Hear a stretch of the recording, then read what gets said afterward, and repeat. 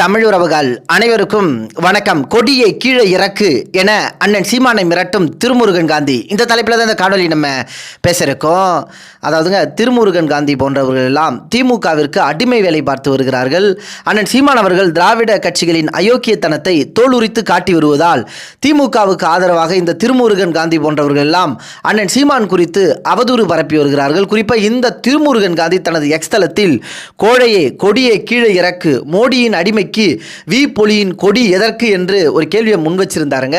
முக்கியமாக அண்ணன் சீமான் அவர்களை மிரட்டக்கூடிய வகையில் இந்த திருமுருகன் காந்தி பேசியிருந்தாருங்க. திருமுருகன் காந்தியின் இந்த பேச்சுக்கு சமூக வலைதளத்தில் பலரும் பதிலடி கொடுத்து வருகிறார்கள். அதில் தமிழன் சத்யா என்ற சகோதரர் நேற்றைய மேடையில் அண்ணன் சீமான், பெரும்பாட்டன் ராவணன், தலைவர் பிரபாகரன், மும்மொழி எதிர்ப்பு போன்ற விடயங்களை பேசி என இந்துத்துவத்தின் அடிமடியில் ஓங்கி அடித்துள்ளார். இருந்தும் மோடி அடிமை சீமானு அவதூறு பரப்பிரிய, நீ எல்லாம் சோத்தை தான் திங்கிறியா என்ற ஒரு கேள்வியை முன் வச்சிருந்தாருங்க. அதே போல இன்பா என்ற சகோதரர் விடுதலை புலியின் கொடி என கூட சொல்ல தைரியம் இல்லாத திராவிட கொத்தடிமை நாய், நீ யாரை பார்த்து கோழன்னு சொல்றடா என்ற ஒரு கேள்வியை முன் வச்சிருந்தாருங்க.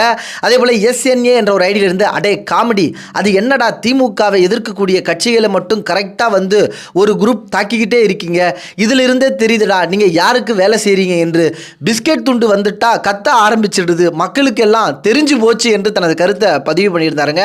அண்ணன் சீமான் அவர்கள் தேசிய கட்சியையும் திராவிட கட்சியையும் எதிர்த்து சண்டையிட்ட போதும் எந்த ஒரு ஆதாரமும் இல்லாமல் பாஜகவினால் சீமான் என்ன பொய்யான பரப்புரையை இந்த திருமுருகன் காந்தி போன்றவர்கள் எல்லாம் முன்னெடுத்து வருகிறார்கள்.